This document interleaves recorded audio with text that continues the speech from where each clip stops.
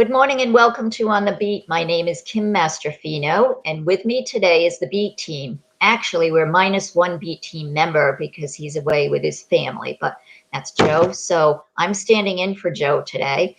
But we were going to check in with Martin because he does share weather updates each week. So we're going to check in to see how he is doing and a little bit more about the weather today. So Martin, how's it going today? Hey, how you doing? Good. Today's good. Yeah. Today's Tuesday the 13th. Today's yeah, and sunny and partly sunny. I mean, and temperature is low 40s to 50s today. It's a little chilly actually this Hmm. morning. It's going to get warmer. Yeah, it will get warmer. Yeah, I eventually. I took out the trash earlier. It's kind of a little chilly. Yeah, yeah. Well, thanks for that update, and I'm glad it's not Friday the 13th. So we're Right. safe. It's going to be a good day today. Yes, it's gonna be a good day. Absolutely. It's going to be amazing. Mm, yes. Well, thanks for those updates. Glad you're doing well, and thank you for sharing the weather forecast. So, and Yes, thank it you. changes within a second, because it's New England. So New England, yes. that's New England, but thank you for that. So Hmm.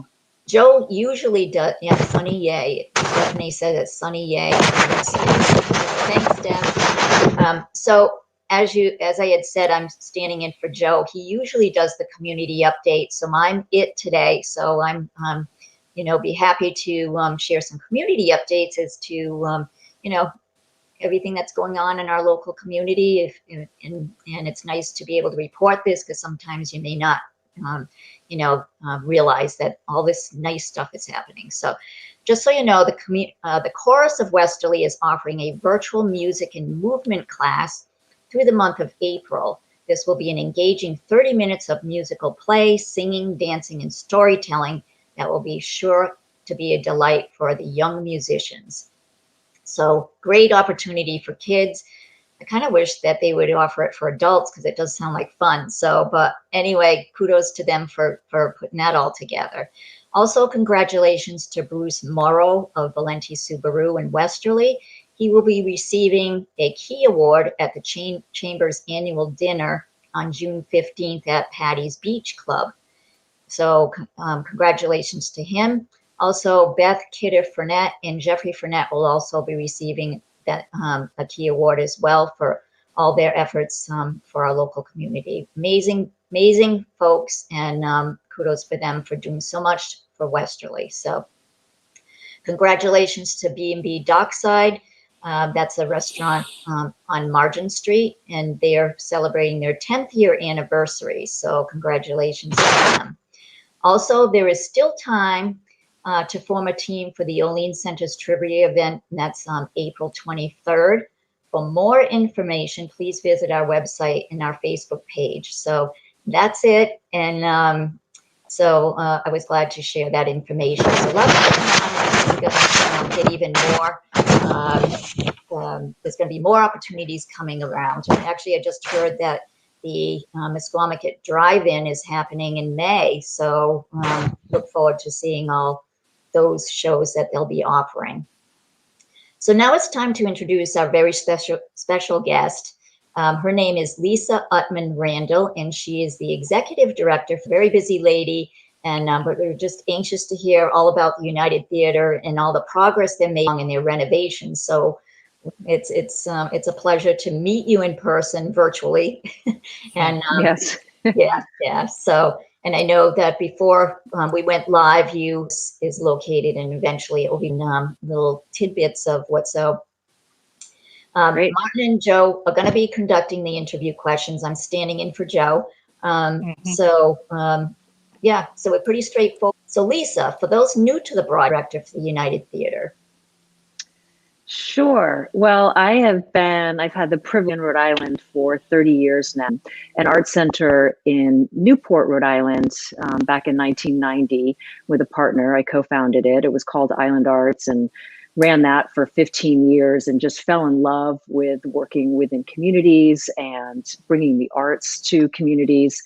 And after that, I helped co-found the Jamestown Art Center in Jamestown, Rhode Island. And I started working with them in 2009 or so. And again, it was just an incredible experience to be able to bring visual and performing arts and film screenings and arts education to that wonderful community. And I had been there for about 10 years when, or I just was hitting my 10-year anniversary mark when someone reached out and told me about this incredible project down in Westerly. And I thought, well, that sounds interesting. And then I went and I looked at the website and I thought, oh my gosh, this place is amazing. They were doing everything or planning to do everything that I loved doing in the arts, but in a bigger way, in a more exciting way. And so I said, yeah, maybe I'd be interested in getting involved there. And once I had a tour of the whole town and got to see the Westerly Education Center and the Savoy Bookstore and the amazing library, and then toured through the spaces that were going to become the United Theater, I was hooked. I was so excited. I just really wanted to be part of it. So I'm thrilled to be in this community and thrilled to be working for the United Theater. Well, we're happy to have you. And I think this is an amazing project for our local community. And I can't wait for it all to be finished and up and running. Me too. Yeah. And I know that you are also affiliated with the Knickerbocker and the Rhode Island Philharmonic. Correct. In Providence, correct? Yes. So we have great partnerships with both of those incredible organizations. We call the Knickerbocker Music Center our sister organization for many years, predating myself. There's been a lot of involvement with our artistic director, Tony Nunes, and the Knickerbocker and the whole crew behind the United Theater. We've done some great programming with them before COVID and some amazing virtual programming with them during COVID. And the Rhode Island Philharmonic also has a history of being involved with the people that are putting together the United Theater project. They have their amazing Linked Up program here in the schools, bringing music to local school children. And there has been planning for many years to start this music school together here in Westerly. This is something that the Rhode Island Philharmonic has done in several other locations around the state. And we're just so honored to be able to bring that here to Westerly and have this incredible caliber of music instruction for local students, primarily youth, but also for adults. So lots more information about that will be up on our website if you want to take lessons, if it's been your dream to learn the ukulele or the cello or the guitar. It's going to be a great program. Awesome. Music's very important. It is. Yes. Martin, would you like to take the next question? Yes. Hey, Lisa, can you tell us more about upcoming educational programs you have planned? Yes, I'd be happy to. So obviously we're doing this great project with the Rhode Island Philharmonic.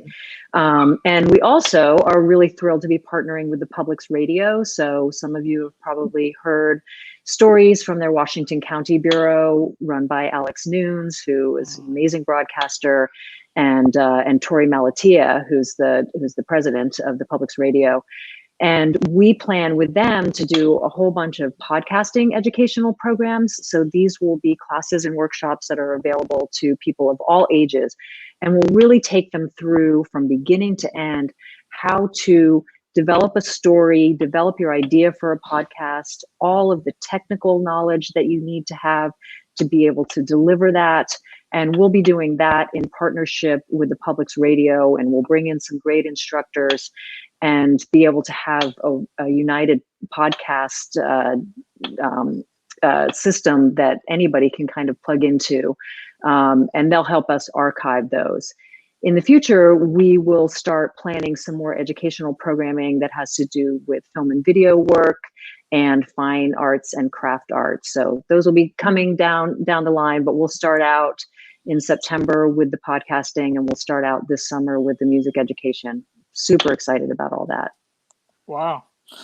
Podcast is very interesting, fascinating. I like that idea. Yeah. Yeah. Well, you guys gotta come down from the Olean Center, and we'll put something together. That would be really fun. Oh, that would be amazing. That would be amazing. That's awesome. Awesome. So, Lisa, can you tell us more about the events that you offer, such as the Screening Room, Nick Live, and any new events in the near future? I know, you have something plans have some plans for, some of the programs like you just spoke about, but the events that you offer, and lots of them have been virtual, obviously, during the Yes. pandemic, which have been great, by the way. Thank you. Many and so they were awesome. But can you speak a little bit more about those? I can. And I have to give a shout out to our incredible artistic director, Tony Nunes. He did such a good job. Like so many arts organizations, we just had to pivot to virtual. We had just begun setting up for some of the summer programs for last summer and other small online.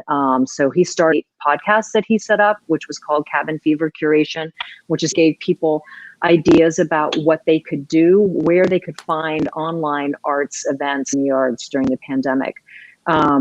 With the Nick, we've done that work has been supported incredible infusion of cast on the Knickerbocker stage, which were then filmed, and we were able to both.